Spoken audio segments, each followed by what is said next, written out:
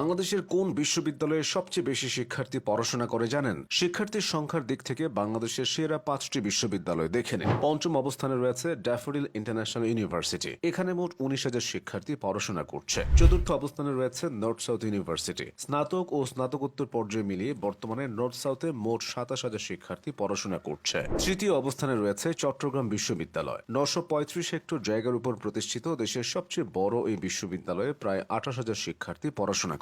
দ্বিতীয় অবস্থানে রয়েছে রাজশাহী বিশ্ববিদ্যালয়, উত্তরাঞ্চলের সর্বশ্রেষ্ঠ এই বিদ্যাপীঠে স্নাতক ও স্নাতকোত্তর মিলিয়ে মোট 33,000 শিক্ষার্থী পড়াশোনা করছে। ব্রিটিশ আমলে 1873 সালে প্রথমে রাজশাহী কলেজ হিসেবে প্রতিষ্ঠা লাভ করলেও পরবর্তীতে 1953 সালে এই প্রতিষ্ঠান বিশ্ববিদ্যালয় হিসেবে প্রতিষ্ঠা পায়। সবার প্রথমে রয়েছে ঢাকা বিশ্ববিদ্যালয়, বর্তমানে দেশসেরা এই বিশ্ববিদ্যালয়ে মোট 40,000-এর বেশি শিক্ষার্থী পড়াশোনা করছে। 13টি অনুষদ ও 83টি বিভাগ নিয়ে বিশাল এই শিক্ষা প্রতিষ্ঠানটি গঠিত।